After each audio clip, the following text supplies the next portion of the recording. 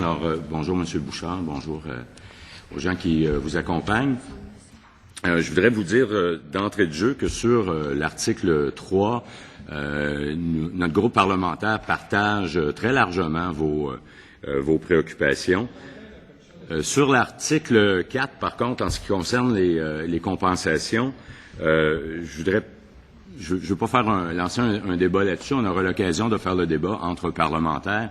Peut-être vous rappeler qu'il y a quand même un nouveau droit de l'environnement. Il y a une loi, la loi sur l'eau, qui a été adoptée ici à l'unanimité de l'Assemblée nationale en 2009, qui reconnaît le rôle de l'État comme gardien des intérêts collectifs de la nation dans ses ressources en eau. Alors, et c'est très clairement stipulé dans cette loi que lorsque c'est l'intérêt collectif de la nation dans ses ressources en eau est remis en cause, ça ne peut la prorogation de permis ne peut donner lieu à aucune compensation de la part de l'État. Et ça aurait été bien que la ministre nous rappelle cet élément de droit. Par contre, comme je vous disais, sur l'article 3, pour la prolongation des permis, la suspension temporaire des obligations de réaliser des travaux en fonction de la loi sur les mines, je vous ferai remarquer que j'ai déposé un projet de loi, le projet de loi 396, visant l'arrêt provisoire des activités d'exploration et d'exploitation des gaz de schiste.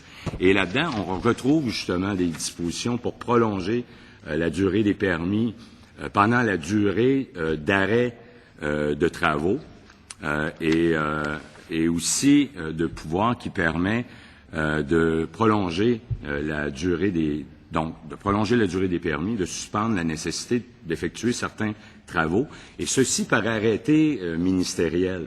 Donc, mais ce qu'il y a comme contrepartie dans ce projet de loi-là, c'est un moratoire. Donc, on arrête la jouissance, temporairement, la jouissance de ces permis, et donc on prolonge pendant cette durée-là. Donc, à votre sens, à partir de quel moment commence ce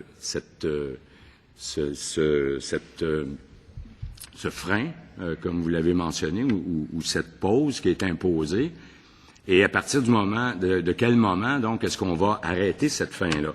Et je voudrais profiter de l'occasion pour vous citer quelques extraits d'une présentation d'un de vos membres, Michael Binion de Quester, qui, le 19 mai 2011, à Oslo, parlait à ses actionnaires. C'est disponible sur le site Internet de Quester.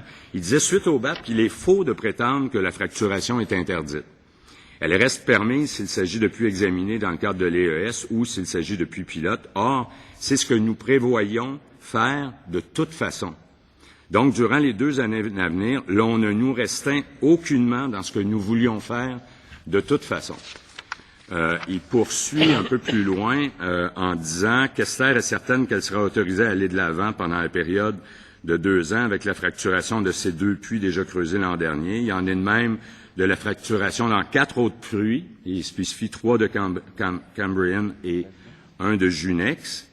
Et il ajoute de plus, j'ai l'impression que le gouvernement s'attend à avoir beaucoup plus que 6 puits pilotes durant cette période de 2 ans. Donc, je comprends que vous appeliez à un remède à l'article qui vous serait accordé si on adoptait l'article 3, mais d'après M. Binion, il n'y a pas de maladie.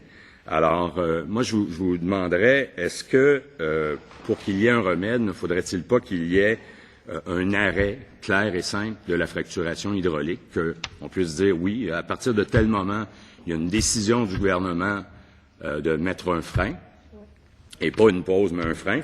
Et pendant cette période de l'évaluation environnementale stratégique, qu'est-ce qu'on va connaître de plus? Parce que une autre chose que M. Binion nous affirme aussi, c'est que on va rien connaître, on va rien apprendre de plus. Ça va être essentiellement un exercice éducatif pour les Québécois et surtout pour les fonctionnaires du ministère des Ressources naturelles. M. Bouchard, dans 1 minute. Il y a 3 Malheureusement. questions. J'ai cru les 3 questions. Ça commence quand, ça finit quand? Bon, le projet de loi prévoit que ça commence quand la loi est en vigueur, là, la période. Et ça va finir quand l'arrêt va finir. L'arrêt, je ne peux pas vous dire quand, vous le savez autant que moi. C'est une fois les travaux du comité terminés, une fois la nouvelle loi sur les hydrocarbures adoptée et sanctionnée.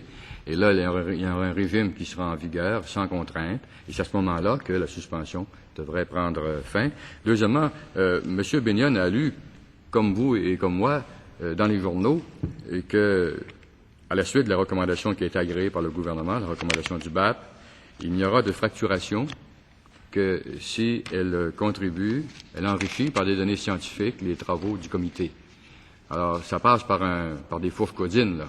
Il y a une grille, là. Il faut que ça puisse recueillir des données scientifiques qui pourront ajouter à l'information dont on aura besoin, dont auront besoin les travaux du comité. Troisièmement, vous avez fait référence à un commentaire de M. Binion considérant que c'était un comité à saveur éducative et même politique. Ben, il peut avoir son opinion, mais moi je pense qu'en effet, il y a un côté pédagogique là-dedans. Ce comité va aider à éclairer les gens. Il y a toutes sortes de choses qui s'affirment de part et d'autre. J'imagine que les gens, quand ils lisent ça, ils ne savent plus qui croire, là. Alors, je pense qu'un point de vue objectif, qui va être émis par une instance qui travaille de façon scientifique et sereine, ça devrait pouvoir éclairer. Comme par exemple, vous savez qu'il y a un comité parlementaire à Londres qui a rendu public il y a quelques jours une étude qui conclut qu'il ne voit pas de risque de contamination, là, qui voit pas, ils ne connaissent pas de cas de contamination de l'eau. Mais ça, il y a plusieurs études qui sont en marche. On en a une, les Américains en ont une, il y en a partout des études. Ça va beaucoup nous aider de conclure. Et moi, je pense que c'est une étude qui n'est un comité qui n'est pas politique, là, qui n'est pas uniquement pédagogique. C'est un comité très, très important qui va beaucoup nous aider à prendre des décisions. Merci beaucoup, M. Bouchard. Alors, ceci met fin